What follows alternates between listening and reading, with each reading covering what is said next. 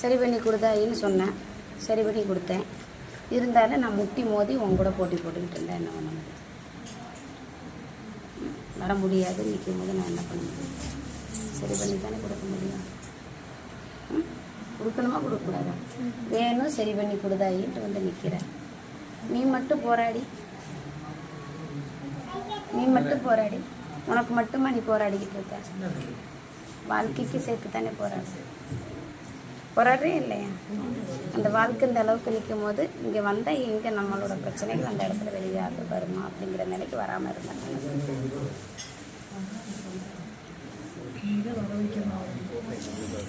இதை வீட்டில் வச்சிருந்து 5 நாள் கழிச்சு கூப்பிடு வரும். சரி, தாயத்தை கட்டிட்டு கூப்பிட கண்டிப்பாக வரும். சரியா? இந்த சாமி